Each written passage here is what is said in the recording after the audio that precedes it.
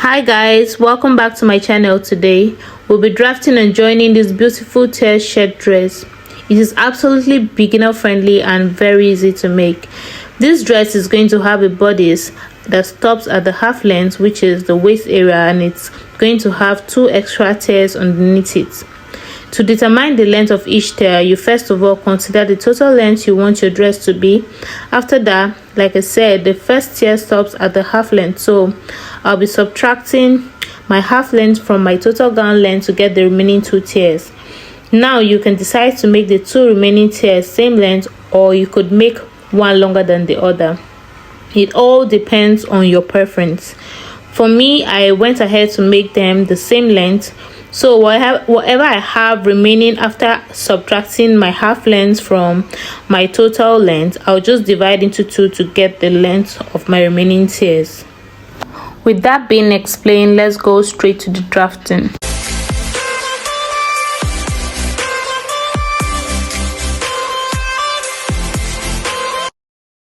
I'll be cutting both the front and the back piece together.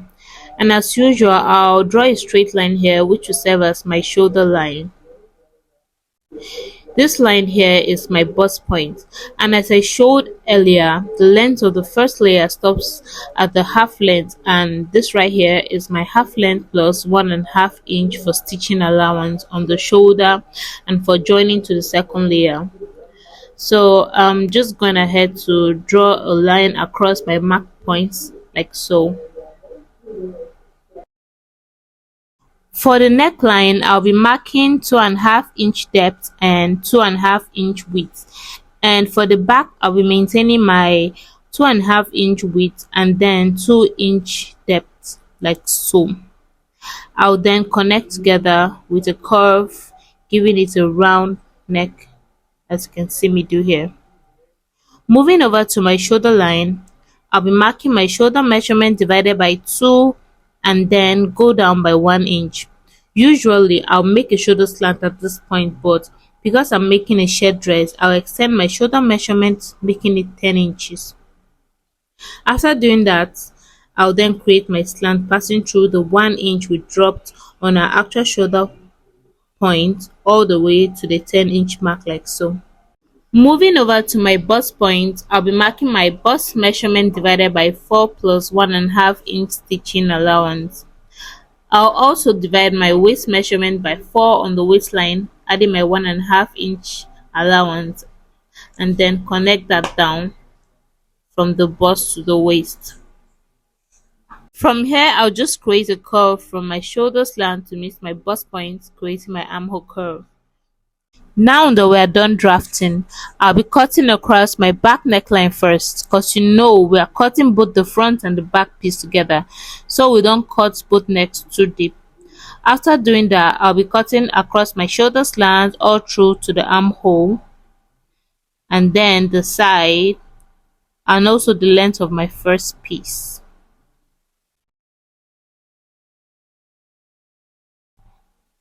I'll then separate the front from the back piece and cut out my front neckline.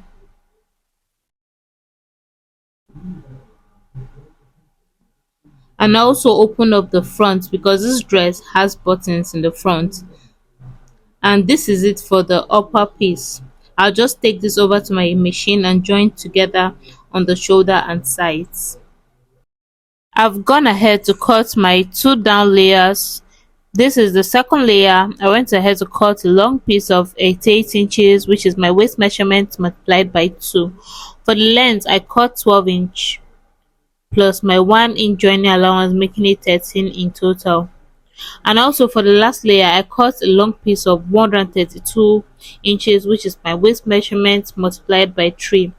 My fabric wasn't that long, so I had to cut and add to make it 132 inches. For the length, I also cut it 13 inches, including my joining allowance. I went ahead to join my up piece on the shoulder and sides. For the 2 down layers, I gathered them at the top with my gathering foot. And on the last layer, I went ahead to hem it neatly like so. To join the pieces together, I'll go ahead and place right sides facing each other and then align together as you see me do here, and then take this over to my machine and stitch together. For the button allowance, you're going to fold it in like this by half an inch and fold it again by 1 inch. I'll be pressing it down so it stays in place. Fold it in by half inch and again by 1 inch.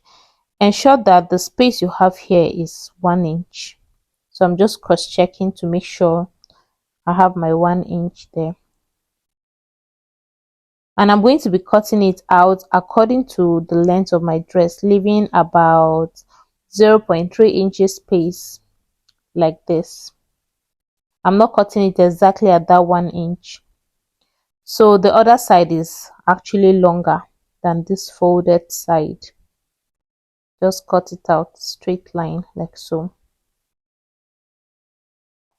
After cutting that out, remember the side we extended about 0.3 inches. I'll be placing that side facing the inside of my gown opening and then aligning it from my neckline down to the hem of the dress, and then I'll stitch together using half inch. After stitching that together, the other side which we folded 1 inch, we're going to fold it over, concealing the first joining, and then we'll top stitch it all down.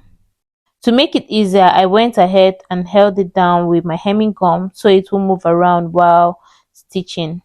I also fold the hemming was to give it a nice finishing.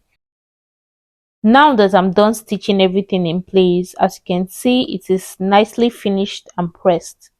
Next, I'll be attaching the collar, and before I'll do that, I'll measure what I have on my neckline, and here I have 16 inches. I'll be folding my pattern into two to drop the collar, and the round neck measurement we got is 16 inches, so I'll just divide that by half, making it 8 inches. From this center of my fold, I'm going ahead to mark down 8 inches. Then I'll come to the middle of this 8 inch and make another mark. On this 8 inch mark, I'll go up by half inch and make a curve to meet this middle point like so. The next thing, I'll determine the height of my collar stand, and I'll be using 1 inch. So I'll just mark that down all the way around 1 inch. After marking that down, I'll connect using my ruler, and I'll also at this edge I'll be curving it in by half an inch like so. That is it basically for the stand. And the next thing, we're going to cut the collar itself, and I'll draw a straight line across first. We'll then mark the same 8 inch here just like we did for the stand. Next, we'll determine the height of the collar, and here I'm making use of 2.5 inches.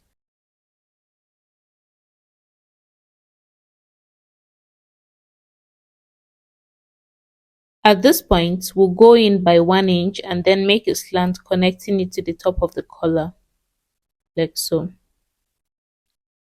And also, at this point, I'll come up by half an inch and then curve it into the neckline, like this. And that is it basically for the collar. Next thing, I'm just going to cut out my collar stand as well as my collar.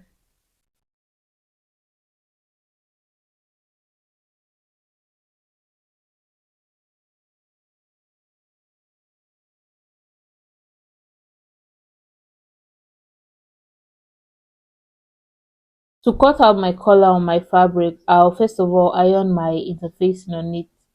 I'll be placing the fusible part of my hairstay across and then iron. After doing that, I'll fold it into two and then place my pattern like this. Then cut out, leaving half-inch stitching allowance only on the sides and curved area like you see me do here. And then I'll take it over to my machine and stitch only at the sides. For the stand, I also iron my interfacing on both. I sometimes iron only on one, but this fabric is really light, so I ironed on both of them. I'll be cutting it out, leaving half-inch stitching allowance all the way around. This is what it looks like after cutting. I went ahead and stitched the size of my collar using half-inch. I'll then turn it to the right size and iron down neatly so it stays in place. After doing that, I'll look for the middle point and notch. To join the collar together, I'll be placing the stands like this, right sides facing the collar and making sure to align them in the middle. I'll stitch from that curved side all through to the other curved area. After doing that, I'll give it a nice press as you can see me do. Now on my neckline, I'll also find the middle and notch. And then on one side of the collar, I'll be placing it along my neckline, aligning the notched parts and join all the way around my neckline. For the purpose of time, I didn't show the joining, but I'll be making a detailed video on how to sew a collar, so stay tuned.